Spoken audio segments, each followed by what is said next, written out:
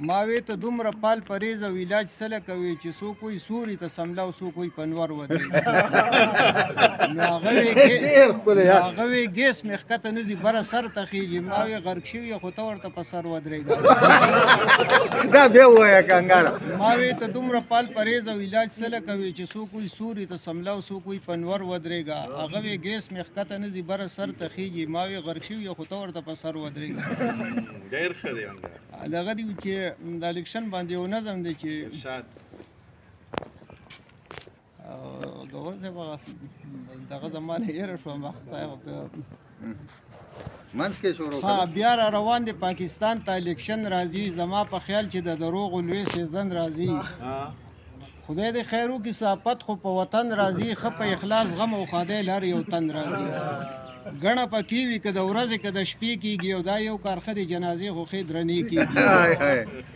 څوک د جمعیت نه دي ولاړ څوک نشنلیان ولاړ دي څوک د آزادو نه ولاړ څوک پیپلیان ولاړ دي څه د پی ټي آی مسلم لیګ امیدواران ولاړ دي په ټول وطن کې غیر چاپېره بزرګان ولاړ دي نو په ټول وطن کې غیر چاپېره بزرګان ولاړ دي چې یو خوشحاله کم نور لس خفه کېږي رانه او ټولو ته ښه کوم منافق خو به جوړېږي رانه یو ته چې ګورم نو دا دیانتدار ولاړ دی بل ته چې ګورم نو دا خو ایماندار ولاړ دی دا یو د کونډو یتیمانو خدمتګار ولاړ دی دا بل غریب ولس دپاره تابعدار ولاړ دی نو د دومره ښو خلکو په منځ کې فیصله ګرانه ده او هر یو مخلص یې آرام نه کوي قصه ګرانه ده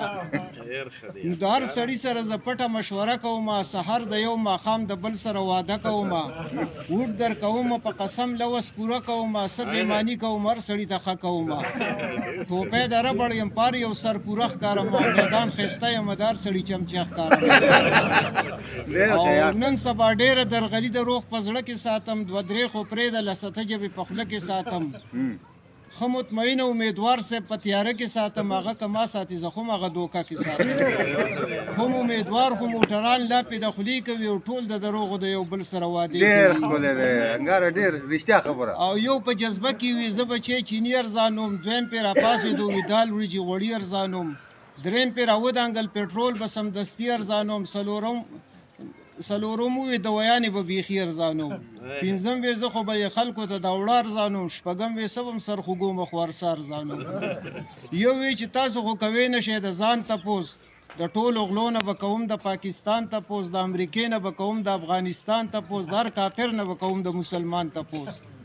د دشمنانو نه په زور به خپل جاګیر اخلم او که زه کامیاب شوم د هندوانو نه کشمیر اخلم نو انګاره خلکو ښې اوږدې مطالبې وکړلې امیدوار میټینګ کې پخې وعدې وکړلې یو کس راپاڅېدو بس چغې دوه درې وکړلې او خلکو په ده پسې د زنده‌باد نارې وکړلې